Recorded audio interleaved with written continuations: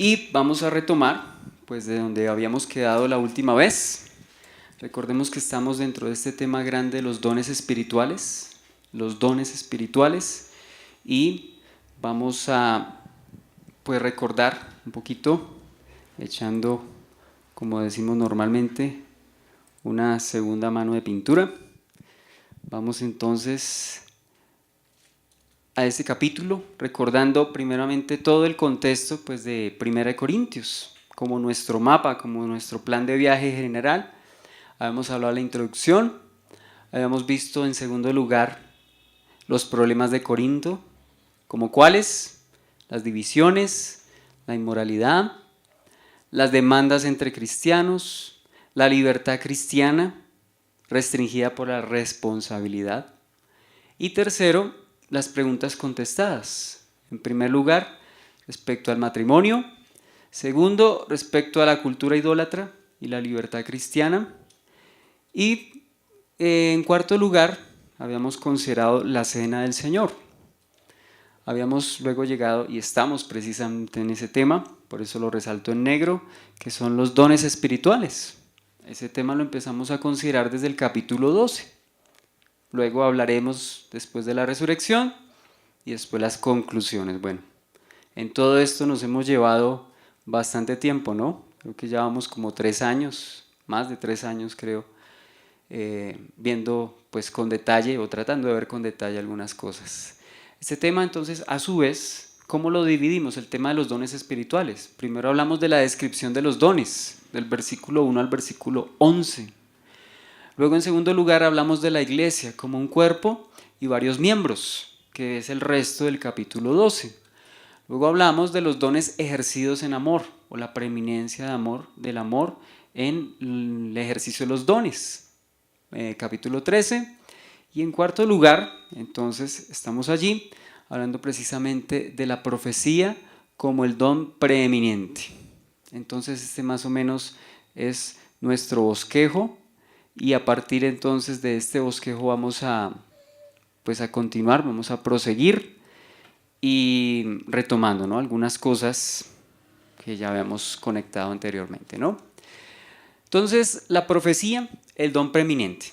Estamos aquí en la última parte del capítulo 14, del tema de los dones espirituales, y sin mayor preámbulo, entonces vamos a tomar el capítulo 14. Ya lo habíamos leído en su totalidad, hoy vamos solamente a leer la parte que nos corresponde. Dentro de esto, ¿qué vamos a tocar nosotros? Dentro de esto entonces vamos a tocar algunos temas. No me voy a enfocar, es decir, no nos preocupemos si no alcanzamos a tomar nota de todos estos títulos, los vamos a ir viendo con calma. Solamente un panorama así general para que sepamos qué es lo que vamos a tratar en este capítulo 14. ¿Sí? Me fascinan los títulos y los subtítulos, como para ubicarme un poquito más. Primero, la conveniencia de la profecía, versículo 1 al versículo 12. Aquí están los otros temas. La adoración con entendimiento, del versículo 13 hasta el versículo 17. Tercero, las lenguas y la profecía con relación a los incrédulos, versículos 18 al versículo 25. Cuarto, instrucciones para ejercer las lenguas y la profecía, versículo 26 al 33. Quinto, sujeción de la mujer en la iglesia, versículo 34 al 38. Y sexto, la conclusión. No se preocupe, una vez más digo, son varios temas, pero yo creo que así despacito los vamos a ir asimilando. Entonces empezamos con el primer punto, que es la conveniencia de la profecía, versículo 1 al versículo 12. Entonces dice así: seguid el amor y procurad los dones espirituales, pero sobre todo que profeticéis. Habíamos nosotros definido la profecía, ¿se acuerdan? El don de la profecía, entonces, bueno, ¿por qué lo tenemos que definir? Porque es un tema preeminente en este capítulo. Y hoy en día, en muchos círculos pues, llamados cristianos o denominaciones, creo que se ha malinterpretado y se le ha dado como un manejo equivocado a este tema, que es tan importante, ¿sí? Hay mucha controversia, vuelvo y digo, hay muchas posturas respecto a que si hoy en día la profecía existe o no existe.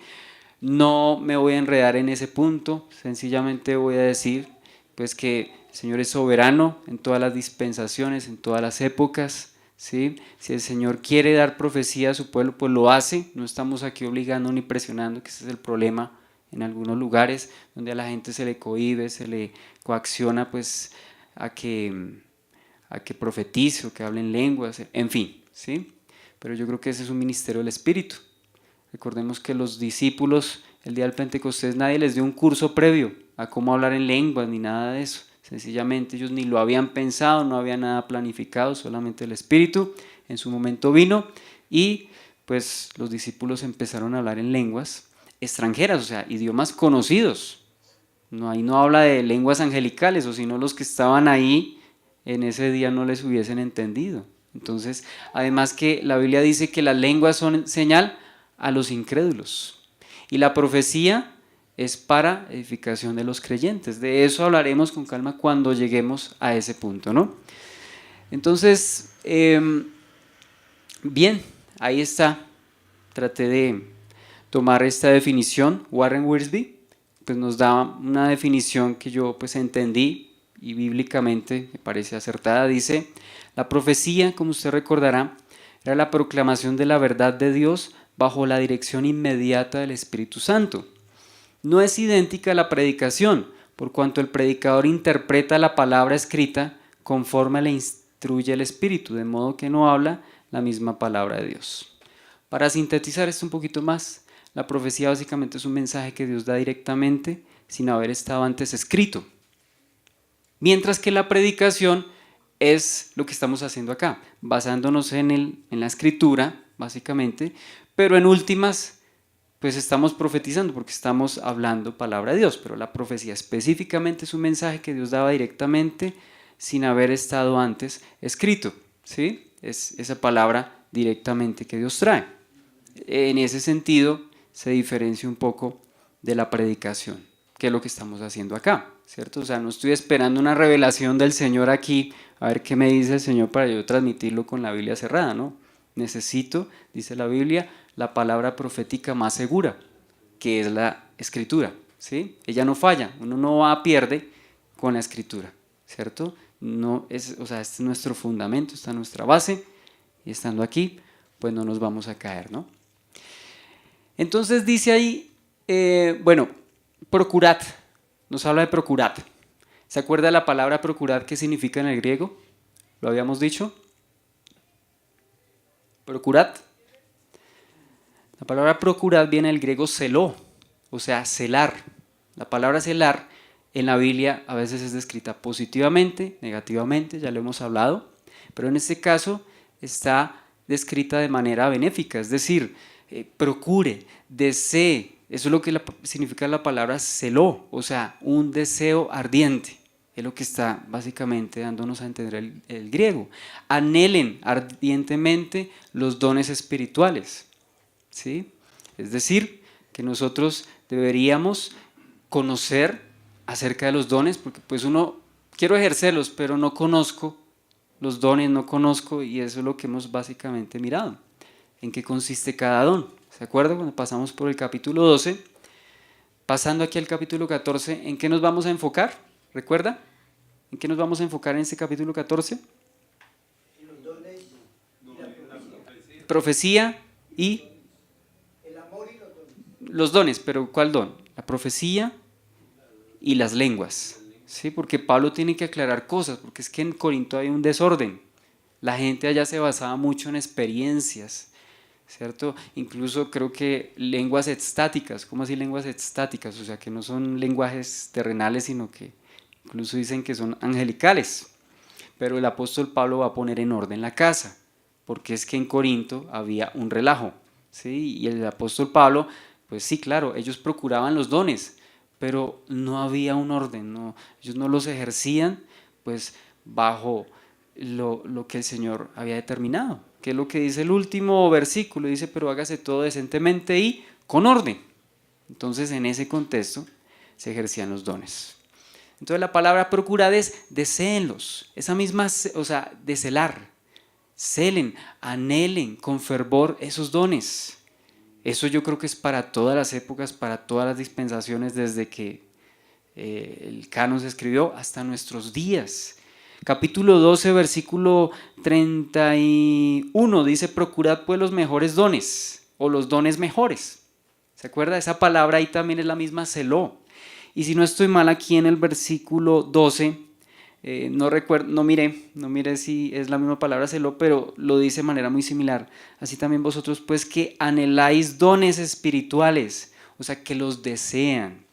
Entonces, ¿es malo acaso desear los dones espirituales? No, es bueno. El apóstol Pablo dice, está bien, pero dentro del contexto que deben ser ejercidos, dentro de los principios en los cuales deben ser ejercidos. Por ejemplo, ¿en qué principio, de acuerdo al versículo, el capítulo 13, deben ser ejercidos los dones? De acuerdo al capítulo 13, ¿cómo deben ser ejercidos esos dones?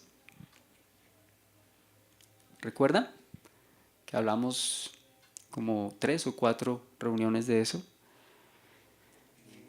En amor, porque ese es el tema central del capítulo 13, los dones ejercidos en amor. Bien, entonces ya dijimos que en este contexto procurar es una referencia a su uso, esto nos lo describe creo que MacArthur, es una referencia a su uso colectivo y fiel, no a un anhelo egoísta, es decir, yo quiero tener el don de sanidades, como han hecho muchas personas, que dicen tener el don de sanidades, pero a partir de eso hacen como un negocio, y a donde van, recogen dinero, mueven las masas hacia ellos y no hacia el Señor. Entonces se le está dando un uso equivocado a el don de sanidad. Entonces, por eso cito acá, se refiere a procurarlos en el uso colectivo y fiel, es decir, yo quiero tener, por ejemplo, el don de profecía para poder contribuir o edificar a la iglesia. Es que los dones no están para guardarlos o esconderlos, como el que tiene un carro y no lo usa. ¿Usted no se ha dado cuenta qué pasa con un carro cuando no se usa? ¿Qué es peor, el desuso o el abuso? Creo que a veces, bueno, ambas cosas son malas, los extremos son malos, pero es que cuando las cosas no se usan, se deterioran pues de una manera, sí, o sea, eso es rápido. Me acuerdo en una empresa donde yo estaba, había una máquina que casi no la ponían a producir y tenían que sacar producciones de cuando en cuando porque si no esa máquina se dañaba. Solamente por eso la ponían a trabajar, no porque fuese útil, sino para no dañarla. Y eso es lo que pasa cuando una persona no ejerce los dones, es decir, pierde su propósito, pierde su utilidad en la iglesia. Y no es que pretendamos que las personas sean usadas en la iglesia, sino que Dios quiere usar a las personas para su gloria y para el bienestar del cuerpo de Cristo. Entonces, Dios ha dado dones ¿a quiénes? A todos los creyentes. O sea, no podemos decir que no tenemos dones. Todos estamos capacitados de una u otra forma cuando somos creyentes, cuando hemos nacido de nuevo y somos llamados por la fe hijos de Dios. Tenemos dones y tenemos que ponerlos al servicio de la iglesia. Al servicio de la iglesia, lo que dice aquí este comentarista. No simplemente un anhelo egoísta, porque la gente que quería, no, yo quiero profetizar o yo quiero las lenguas, como de pronto pasa o pasó al principio de mi vida cristiana. Yo creía que los que hablan en lenguas pues eran más espirituales y yo veía eso como, uy, yo también quiero hablar en lenguas como esa persona. Pero al ver el capítulo 14 de 1 Corintios tenemos que ser aterrizados por el apóstol Pablo, ¿no? Entonces, ahora, el apóstol, de acuerdo a lo que estamos leyendo acá, nos está dando un orden de prioridades. Versículo 1 dice, seguid el amor, procurad los dones espirituales, pero sobre todo que profeticéis. ¿Qué es lo primero acá? ¿Qué es lo primero de acuerdo al versículo 1? El amor. Y eso lo vimos y nos quedó clarísimo según el capítulo 13. Segundo, ¿qué debemos desear? Los dones espirituales. Y tercero, dentro de los dones espirituales el profetizar. ¿Por qué? Vamos a verlo a continuación. Ahora recordemos que esto lo está diciendo el apóstol Pablo. ¿Cuándo? En el primer siglo, cuando todavía no teníamos una revelación por escrito. O todavía la iglesia en ese entonces no tenía una revelación. ¿Qué necesitaban? Pues necesitaban la edificación de Dios, ¿cierto? Necesitaban la edificación del Espíritu para que entonces la iglesia fuese pues edificada, fuese fortalecida, tuviesen pues una enseñanza clara acerca del Evangelio. Pero hoy en día, vuelvo y digo, tenemos la palabra profética más segura. Entonces, eso quería aclarar. ¿Qué es importante? Amor, dones espirituales, profecía. Entonces, cuando se altera ese orden, es decir, primero los dones espirituales y luego el amor, pues entonces hay un desorden en el ejercicio de los dones, ¿sí? Entonces, ¿por qué la profecía es más importante? Esto lo habíamos tocado. Comparación de las lenguas y la profecía. Entonces, del versículo 1 al versículo 5, Pablo hace como una comparación en cuanto a las características de ambos dones. Entonces voy a leer versículo 2 al versículo 5. Dice, porque el que habla en lenguas no habla a los hombres sino a Dios, pues nadie le entiende, aunque por el Espíritu habla misterios. Pero el que profetiza habla a los hombres para edificación, exhortación y consolación. El que habla en lengua extraña, a sí mismo se edifica, pero el que profetiza edifica a la iglesia. Dice, versículo 5, así que quisiera que todos vosotros hablaseis en lenguas, pero más que profetizaseis, porque mayor es el que profetiza que el que habla en lenguas, a no ser que las interprete para que la iglesia reciba edificación. Entonces, beneficios de las lenguas. Voy a tomar el versículo 2, el versículo 4 y el versículo 5. Dice allí, a ver, lo voy a poner, ahí lo tengo en pantalla también. Y voy a tomar los aspectos en cuanto a las lenguas. Dice, porque el que habla en lenguas no habla a los hombres sino a Dios, pues nadie le entiende, aunque por el Espíritu habla misterios. El que habla en lengua extraña, a sí mismo se edifica. Así que quisiera que todos vosotros hablaseis en lenguas, pero más que profetizaseis. Porque el mayor es el que profetiza que el que habla en lenguas, a no ser que las interprete para que la iglesia reciba edificación. Entonces, bueno, aquí no lo tengo subrayado en la pantalla, yo tengo aquí subrayadas algunas cositas en las cuales pues vamos a entrar en detalle a continuación. Entonces, ¿qué ven ahí? Buen primer punto. Beneficios o pues lo que traen las lenguas para una persona. Edificación personal. Edificación personal, ¿sí? Dice, incluso las lenguas sin interpretación son una forma de devoción personal. ¿A qué me refiero? Le está expresando adoración y devoción al Señor, pero no está entendiendo. Entonces, más allá de solamente ofrecerle devoción al Señor, ¿qué es importante? Pues es importante el entendimiento, ¿no? Y el mismo apóstol Pablo lo dice más adelante. Dice, versículo 14, porque si yo oro en lengua desconocida, mi espíritu ora, pero mi entendimiento queda sin fruto. Entonces, ¿las lenguas para qué son? Pueden ser utilizadas para devoción personal o adoración personal, ¿sí? Siguiente, para edificación personal.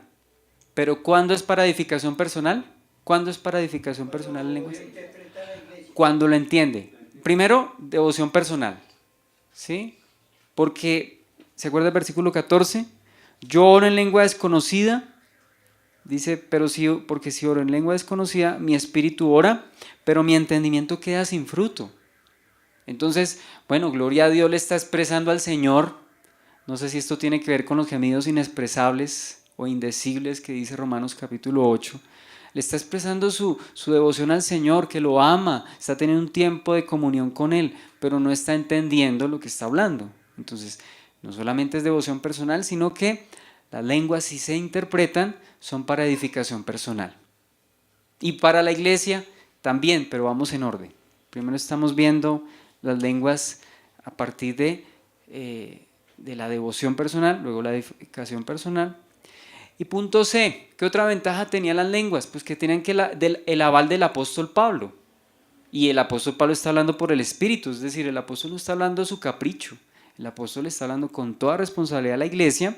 Está diciendo que él quería que todos las hablaran. ¿Dónde lo vemos? Versículo 5, así que quisiera que todos vosotros hablaseis en lenguas. Y el versículo, en otro versículo que es el 39, así que hermanos, procurad profetizar y no impidáis el hablar en lenguas. Solo que en este capítulo, ¿a qué le está dando el apóstol Pablo prioridad? A la profecía, ¿sí? Sin embargo, las lenguas el apóstol Pablo en ese momento no las estaba menospreciando. ¿Listo? Y punto D, en caso de ser interpretadas, poseen la misma importancia que la profecía. O sea que las lenguas se igualan, por así decirlo, con la profecía. ¿Cuándo? Cuando son interpretadas. O sea que son igual ¿de qué? De valiosas y de útiles. ¿Listo? Seguimos. Lenguas estáticas o idiomas humanos. Y es lo que dice ahí. Dice, porque el que habla en lenguas no habla a los hombres sino a Dios, pues nadie le entiende, aunque por el Espíritu habla misterios. Ya habíamos enfatizado y argumentado que el don de lenguas se refiere a idiomas humanos, no angelicales, sino humanos. Es verdad que 1 Corintios capítulo 13 está diciendo, si yo hablase en lenguas humanas y angelicales, pero se acuerda que habíamos hablado de que el apóstol Pablo está hablando en término hipotético, es decir, está hablando humanas y ángeles, es decir, si pudiera hablar el lenguaje de los ángeles, pero recuerda a los ángeles cómo le hablaban a los seres humanos cuando les traían alguna revelación o algún mensaje, pues les hablaban, ¿cómo le debió haber hablado a Abraham para que Abraham le entendiese? ¿Cómo le debió haber hablado a María, que era una muchacha, ¿cierto? Señor, en lenguaje entendible, o sea que todo esto nos da a entender, de acuerdo al libro de los Hechos, que el don de lenguas eran realmente idiomas humanos, es decir, lenguajes que para la época existían. ¿Qué lenguas existían para la época de los apóstoles? El arameo, el latín, el parto, no sé si el medo, el caldeo, no sé, bueno, pues el griego era como hoy en día el inglés. ¿El qué? El lamita, no sé si tiene que ver con el arameo, pero en todo caso, ¿qué quiero decir con esto? Eran idiomas que existían en otro lugar, o si no, los judíos que estaban ahí no hubiesen entendido, pero entendieron. ¿Y qué produjeron esas lenguas? ¿Recuerda? ¿Qué produjeron esas lenguas en el Pentecostés? ¿Entendimiento de quién? Del Espíritu. Bueno, por el Espíritu, ¿hacia quiénes? Hacia los que estaban ahí presentes. Hacia los que estaban escuchando. No, o sea, me refiero a los que escucharon. No a los que estaban reunidos porque ellos estaban hablando en lenguas, pero los que estaban escuchando en el idioma de su nación. Entendieron. ¿Y cuál fue el resultado de eso? Su conversión. Bueno, claro, está el sermón de Pedro, pero dése cuenta que todo eso condujo a ¿qué? A la conversión de estas personas. Por eso, como vamos a ver más adelante, las lenguas son señal para los incrédulos. Porque eran judíos que tenían su religión, pero no eran creyentes, no eran cristianos. El escuchar ellos esas maravillas de Dios en su propio idioma, pues hicieron, y el sermón de Pedro, que ellos se convirtiesen. O sea que las lenguas en ese momento actuaron para edificación de aquellos que pudieron entender.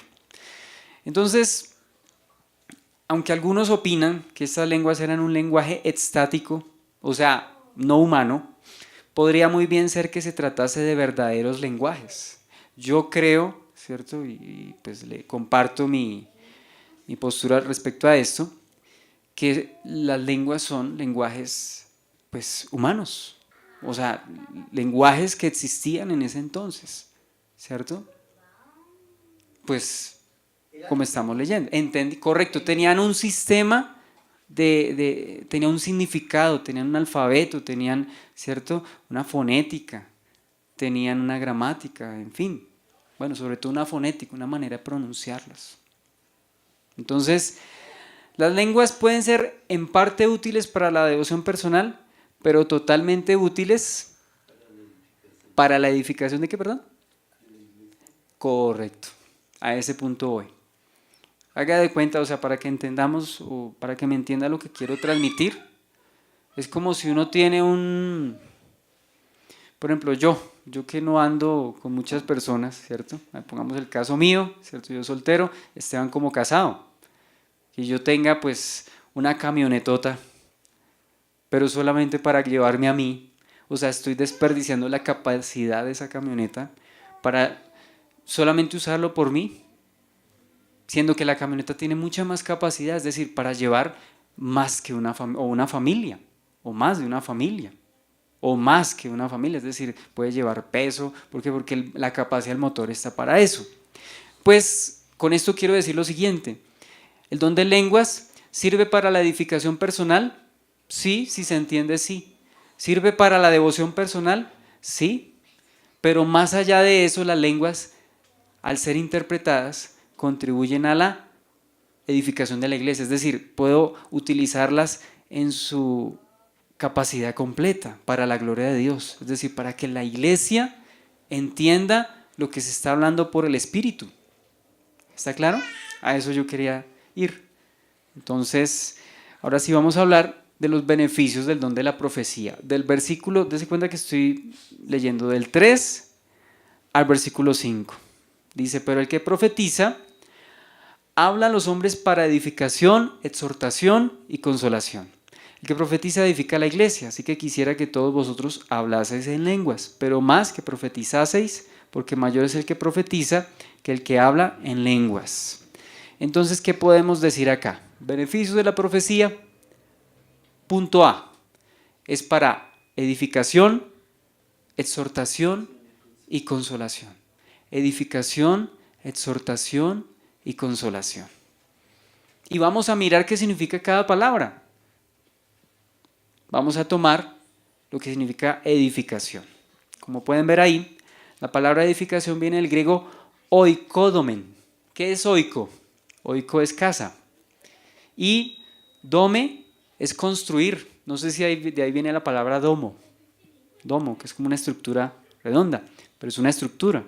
Entonces, oiko es casa, y de ahí viene nuestra palabra oikonomé, o sea, economía también viene esa palabra, o sea, administrar la casa. Pero en este caso, no es administrar la casa, sino construir la casa. Construir la casa es lo que significa esa palabra. Por eso tiene la raíz casa. Entonces, se usa figuradamente en el Nuevo Testamento en el sentido de promoción del crecimiento espiritual. O sea que cuando hablamos de edificación es que la persona está creciendo espiritualmente, pero también lo espiritual nos lleva a la práctica. O sea, esa persona está creciendo en carácter, está creciendo en buenas obras, está creciendo incluso en su manera de hablar. Todo esto entonces contribuye a la edificación, pues, del cuerpo de Cristo. Es lo que significa la palabra edificar, ¿sí? Por ejemplo, el propósito de la edificación, en este sentido, esa misma palabra, solamente la voy a leer, allí en Romanos capítulo 14, versículo 19, dice, así que sigamos lo que contribuye a la paz y a la mutua edificación, es decir, a lo que contribuya a que tanto el prójimo, pero específicamente mi hermano en la fe, como yo, ¿cierto? Lo que promueva el crecimiento de los dos, no solamente el mío, sino el de los dos, ¿sí? El de los dos. No es como en una empresa, a veces las empresas buscan más que, bueno, no generalizo, pero hay empresas que antes que el bienestar de las personas como tal, buscan es el bienestar de la misma organización. Así involucre que los empleados no tengan buenos salarios, no pasen tiempo con su familia, no tengan las mejores condiciones laborales, etcétera. Pero esto no es una empresa. Recordemos que la iglesia no es una organización, sino un ¿qué? Un organismo vivo, un cuerpo. A eso se refiere. ¿Bien? Entonces eso es lo que significa la palabra edificación. Hacer crecer la casa, promocionar el crecimiento, ¿sí? Entonces con esto el progreso y la madurez espiritual. Práctica en el creyente. Siguiente palabra. La siguiente palabra es exhortación. Esa palabra exhortación viene del griego paraklesin. ¿Qué le recuerda eso? Paraklesin. Al Espíritu Santo se le dice o se describe como el Paracletos. ¿En dónde? En Juan, en el Evangelio de Juan. ¿Qué significa Paracletos? Uno que está al lado. Alguien que está al lado. ¿Y para qué está al lado? Para ayudarle, para asistirle, ¿sí? Entonces la profecía está para contribuir al crecimiento espiritual, pero también habla de estar ahí, ¿cierto? Asistiendo, como ayuda, bueno, básicamente lo mismo, ¿no? Como ayuda, pero está dando otro aspecto, pues básicamente, de la exhortación. ¿Y qué significa? Como ustedes pueden ver, ayuda y ruego, es decir, motivando. Ese es el punto de la exhortación, motivar, motivar, ¿cierto? Y cuando dice ruego, o sea, ruego es como impulsándonos, estimulándonos, animándonos a que, pues, crezcamos en este caso. Habíamos dicho edificación, estamos hablando de exhortación, o sea, nos ayuda en la vida cristiana. La profecía, pues, es palabra de Dios. ¿Y en qué contribuye? Me estimula, me anima, ¿cierto? Me conduce, vuelvo y digo, me asiste para crecer. Y la otra palabra es consolación. Y esa palabra consolación, como ustedes ven ahí, es paramutian. Paramutian. O sea, ¿se ha escuchado la palabra paralítico? O sea, una persona que necesita apoyarse en algo, ¿sí? Y la palabra consolación habla, básicamente significa hablar cerca, ¿sí? Hablar de cerca. O sea, alguien que está ahí, ¿cierto? A su lado, no solamente estimulándolo, sino hablándole, como de manera especial, de manera filial. ¿Sí? O sea, esta palabra es como, por si, para que lo entendamos y lo diferenciemos de exhortación, es más tierna. Es lo que nos da a entender esta palabra en el original. De manera tierna nos estimula, como una mamá o un papá a su hijo, ¿cierto? Es así, no solamente como un maestro a su alumno, sino que esta palabra es más familiar, es más tierna. Y eso es lo que hace la profecía. La profecía, entonces, promociona el crecimiento espiritual, anima, ¿cierto? Y también en esta manera está, pues, de manera tierna, llevándonos a ese crecimiento. ¿Bien? Aquí hay un comentario interesante de Jamieson Fawcett Brown, simplemente, no sé si lo copié acá. Ah, sí, mira, ahí está. La exhortación para quitar la pereza y el consuelo para quitar la tristeza. Creo que me parece un buen. La exhortación para quitar la pereza y el consuelo para quitar la tristeza. Ahí está. O sea, la profecía, en otras palabras, es completica. Tiene todos los ingredientes que se necesitan. Me estimula a crecer, también me ruega, es decir, me anima, me hace, como decimos nosotros, pellizquese. Eso hace la exhortación, como que reaccione. Y consolar de manera más tierna, entonces está ahí, ¿cierto? Para llevarme, como dice allí, pues llevarme de esa manera tierna, especial, a ese crecimiento. Entonces, A, ya dijimos, ¿se acuerdan? A es para edificación, exhortación y consolación. B, ¿para qué contribuye la profecía? Entonces, punto B, es más conveniente profetizar, ya lo dijimos, tanto para el que lo hace como para la iglesia. ¿Por qué para el que lo hace? Porque va a entender, ¿cierto?, lo que está diciendo. Y a la iglesia, ¿qué va a hacer? La va, ¿cierto?, a edificar. Y punto C, mayor es el que profetiza. El ministerio de esa persona, por consiguiente, tiene mayor relevancia, de acuerdo a lo que el apóstol Pablo nos está diciendo, ¿sí?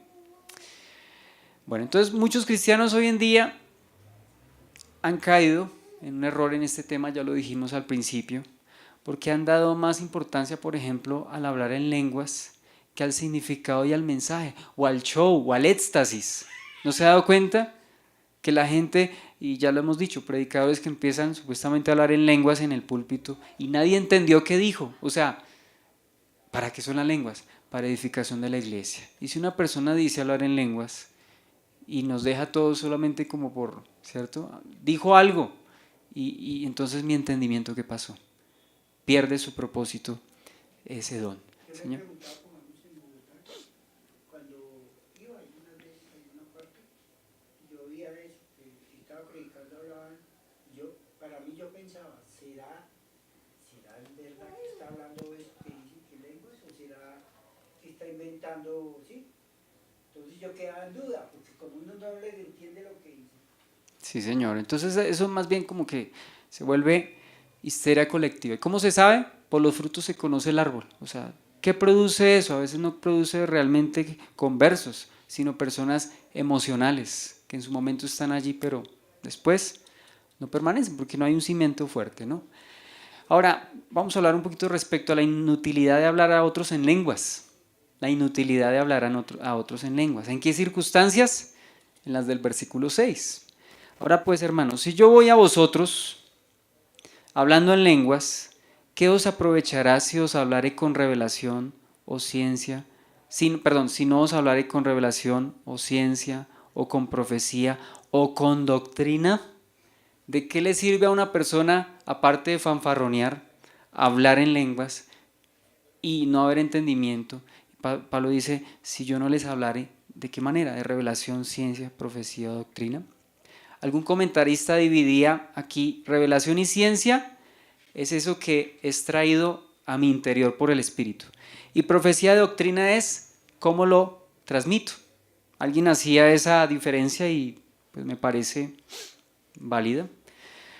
Por esta razón, de acuerdo con el versículo 19, ¿cómo dice el versículo 19? 14, 19, ¿alguien que me ayude a leer? 14, 19, permítame un momentico, aquí validamos. ¿Cómo dice? Dice, pero en la iglesia prefiero hablar 5 palabras con mi entendimiento para enseñar también a otros que 10.000 palabras en lengua desconocida. El apóstol Pablo dijo por allá en 1 Corintios capítulo 2, dice que prefería, dice, él no fue con excelencia de palabras o sabiduría, sino con demostración del Espíritu y poder. Es decir, él no estaba enfatizando en la elocuencia. Y eso pasaba, de hecho, por ahí en el siglo XIX. El siglo XIX, había muchas personas o predicadores que le hablaban a la gente en un lenguaje que uno no entendía, como en la época de la Edad Media. Eran misas en latín. La gente no entendía latín porque era una lengua muerta. Pero entonces se enfatizaba más la ceremonia y como la solemnidad antes que el entendimiento. Y así pasó en el siglo XIX. Y uno de esos hombres que rompió con ese esquema fue un predicador muy famoso, Carlos Spurgeon. Este hombre le hablaba a la gente en el idioma del pueblo, o sea, de tal manera que la gente entendiese. No por allá un lenguaje todo rebuscado, sino un lenguaje sencillo, cosa que las personas fuesen edificadas. Y creo que ese es el propósito del apóstol Pablo. Yo prefiero hablar poquito, pero que me entiendan, y no mucho, y que no me entiendan y hasta pues se duerman. ¿No se ha dado cuenta que a veces mantener la atención en la iglesia no es sencillo? O sea, el Espíritu de Dios tiene que hacer una obra en nosotros porque nos da sueño, ¿cierto? Nos distraemos con cualquier cosa. No sé si a usted le pasaba, a mí me ha pasado muchas veces y es una lucha que todavía tengo.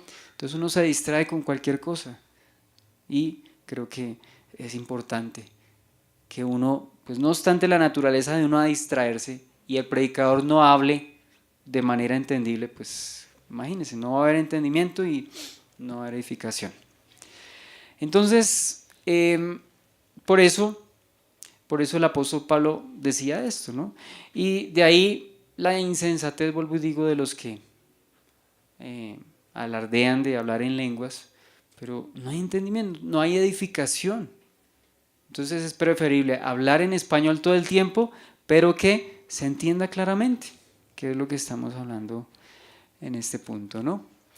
Entonces, vamos a hablar ahora respecto al ejemplo práctico de la lengua sin interpretación. Es decir, va a poner el apóstol Pablo una analogía para que entendamos qué pasa cuando no hay interpretación en las lenguas. Versículo 7 al versículo 8. Entonces, ciertamente las cosas, ahí está, versículo 7 al 8, ciertamente las cosas inanimadas que producen sonidos como la flauta o la cítara, si no dieren distinción de voces, ¿cómo se sabrá lo que se toca con la flauta o la cítara?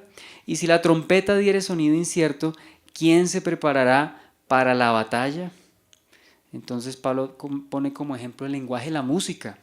O sea, como tenemos nosotros como seres humanos un lenguaje, hasta los niños tienen un lenguaje, ¿cierto? No necesitan los bebés hablar español para darse a entender, ¿cierto? Es más, la mamá hasta por intuición, por instinto, por naturaleza, pues sabe lo que el niño quiere, ¿cierto?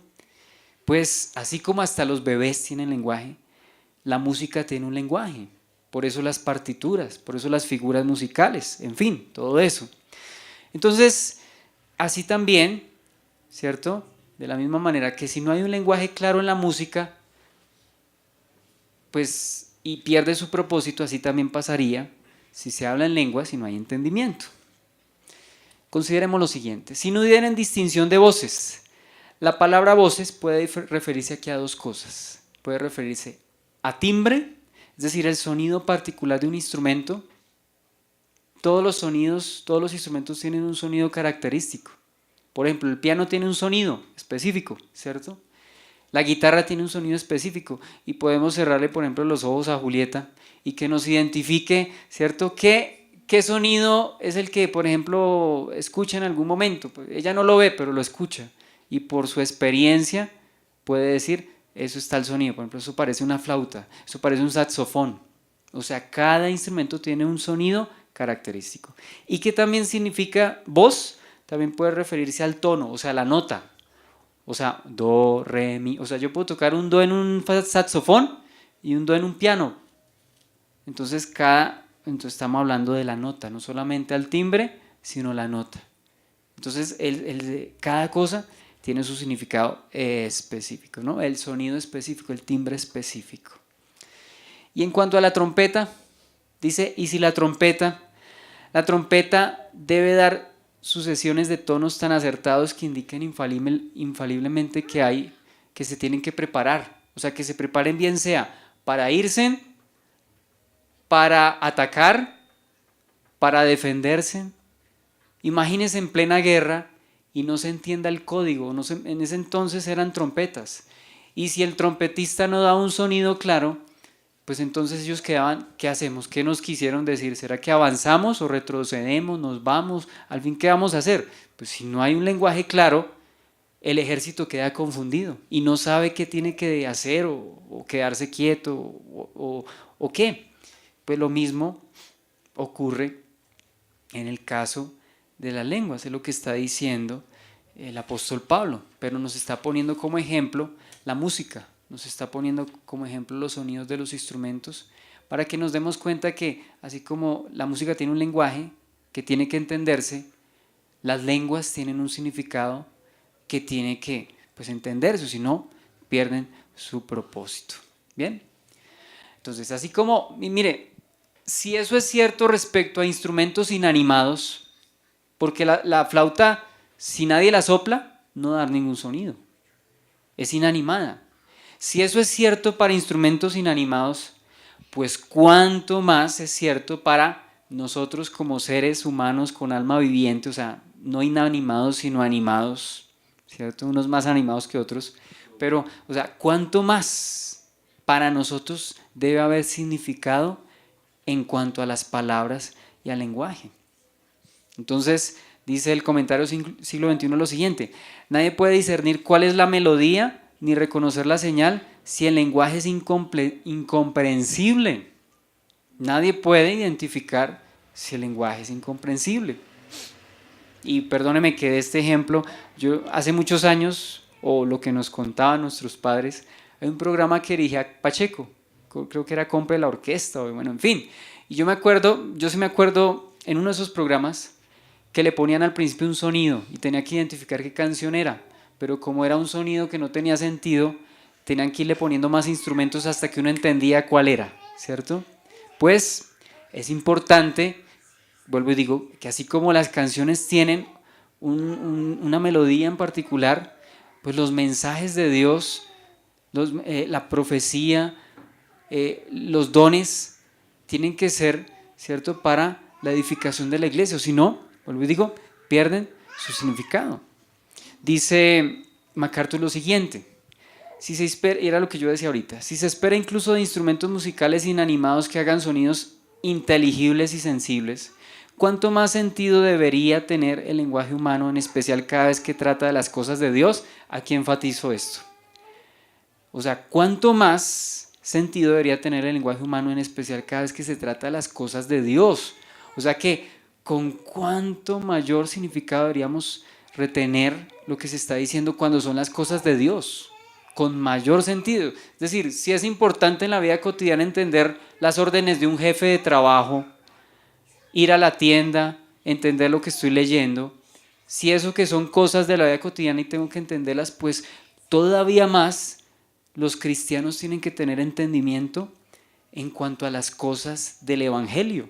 O sea, todavía más tiene que haber entendimiento. Para los niños pequeñitos tiene que ser claro. Mire, yo he crecido en una congregación donde los niños de brazos, ¿cierto? Los niños de pecho, están absorbiendo ese conocimiento. Uno cree que hay que llevarlos a una escuela dominical, no, los adultos acá, los niños allá, no. Yo he crecido, uno de ellos es un niño que hoy, o no, un muchacho que hoy en día tiene 16 años, pero es un chico muy diestro en muchas cosas. Es un muchacho que a usted le prepara, trabaja en un almacén de pintura, le mezcla a usted pintura, le maneja un carro, le maneja un computador, maneja una finca, una podadora. Un chino le suma, le resta, le instala un programa, es un chino muy pilo. ¿Y cómo creció? Y es un chino que ama a Dios, es un pelado que ama a Dios.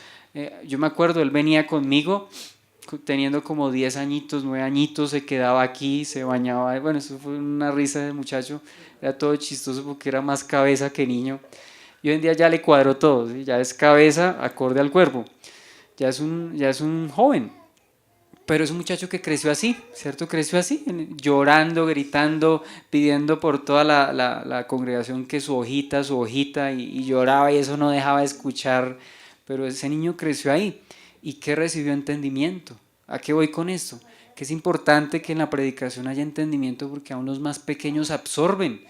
Hay otro niño, un niño de 8 años, con el que nos sentamos todos los jueves y el peladito ya sabe los libros del Antiguo Testamento, ya sabe versículos bíblicos. Estamos en la predicación y el niño participa, 8 añitos, tiene problemas de lenguaje, pero el chino tiene una y es cansón y es pesado a veces, pero es un niño que está desarrollando el entendimiento, sí, está caminando en eso.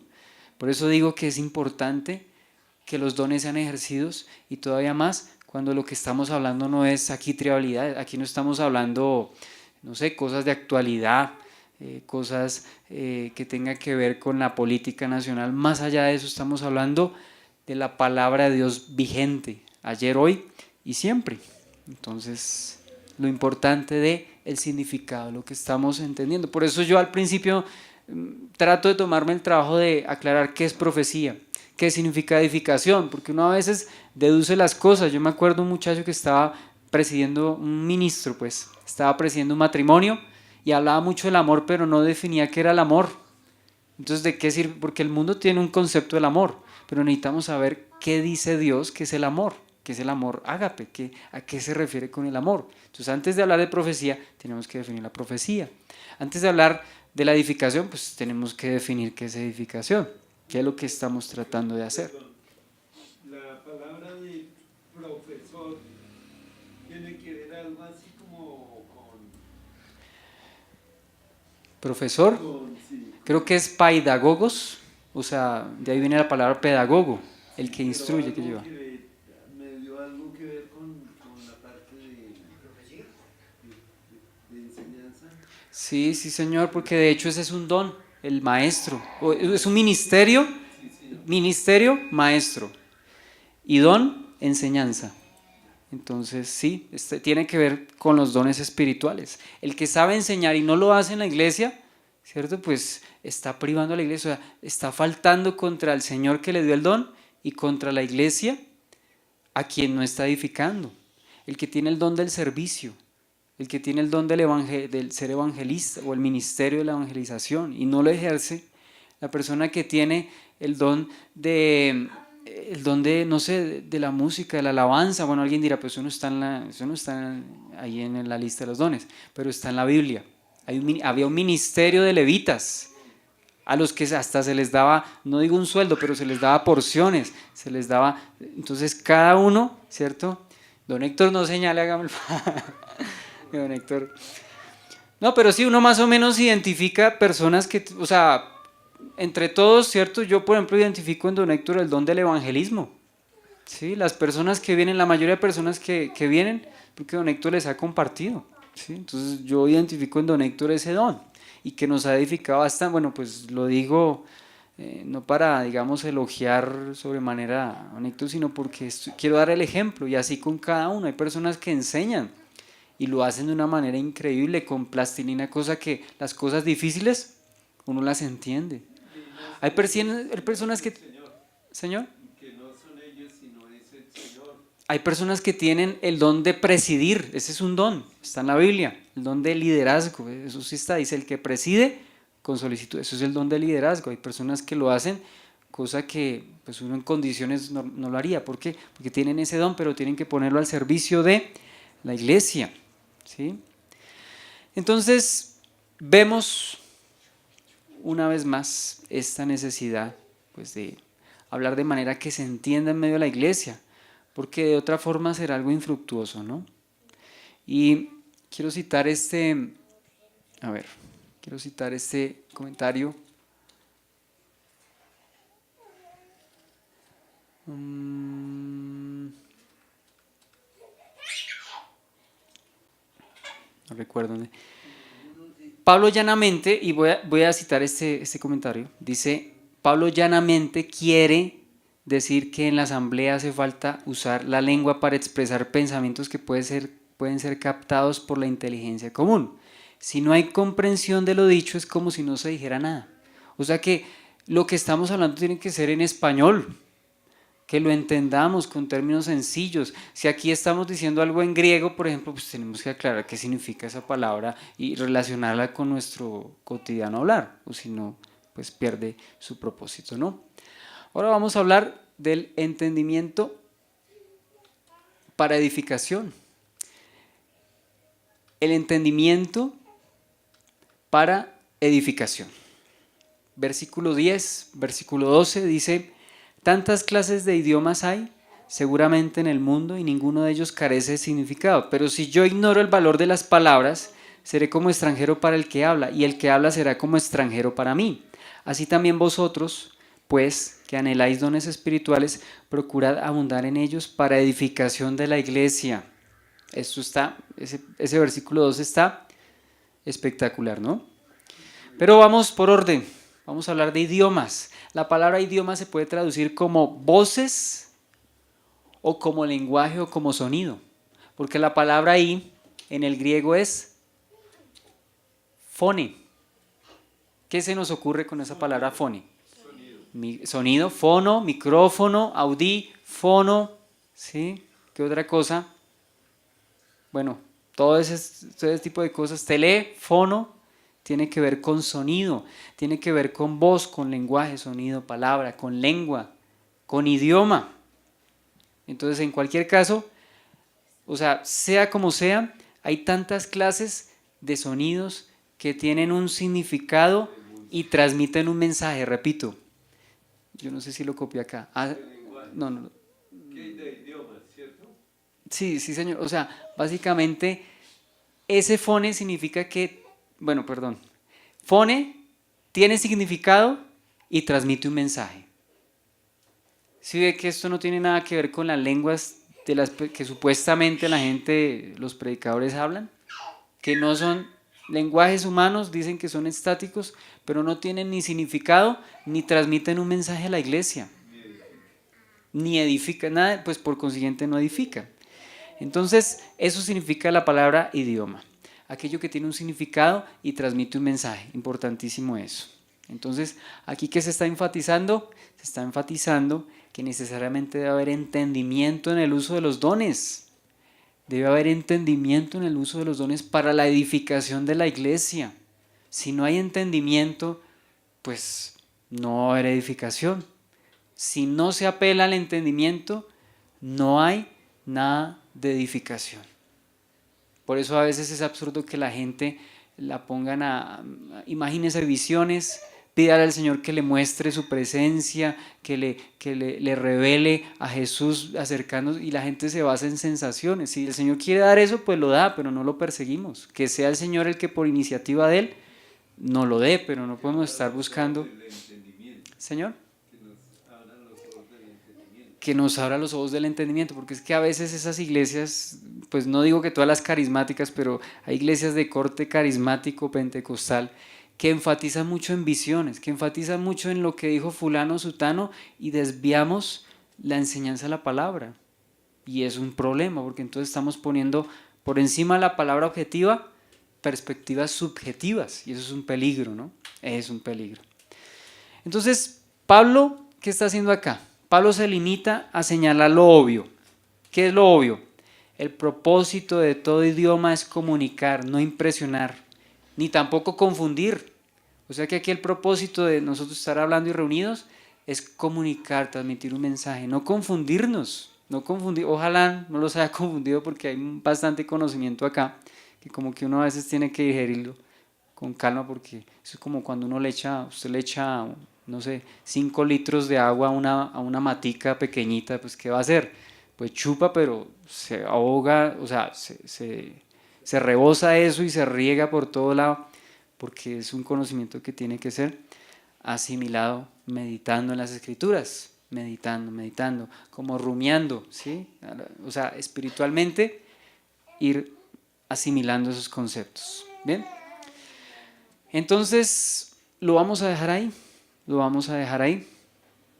Quedamos entonces en el versículo 10, versículo 12, recordemos que estamos en este primer punto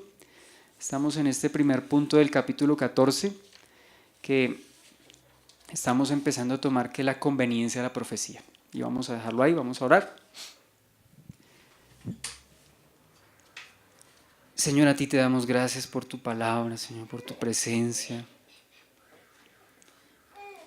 porque solamente tú nos puedes ayudar a asimilar ese conocimiento, más allá que datos, más allá que información, porque de hecho podríamos profundizar mucho más en esto, pero queremos, Señor, necesitamos, pido, Señor, que abra los ojos de nuestro entendimiento, Señor, y perdónanos por no ser diligentes, Señor, en ahondar, Señor, en tu palabra, y a veces basarnos en nuestras impresiones, en nuestra opinión. Y necesitamos venir a ti, necesitamos volver a ti, necesitamos caminar en tu voluntad, Señor. Muchas gracias por tu misericordia, gracias por tu fidelidad, gracias porque tú, Señor,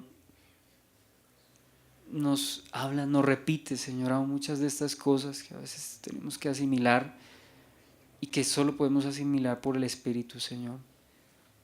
Haz que esto no solamente lo asimilemos como conocimiento, sino que de verdad esto se vuelva esa palabra rema, Señor, esa palabra que cobra significado particular en mi vida, Señor. No simplemente un mensaje más, Señor. Necesito ser transformado, edificado, como acabamos de ver. Necesito ser, Señor, consolado, exhortado, Señor.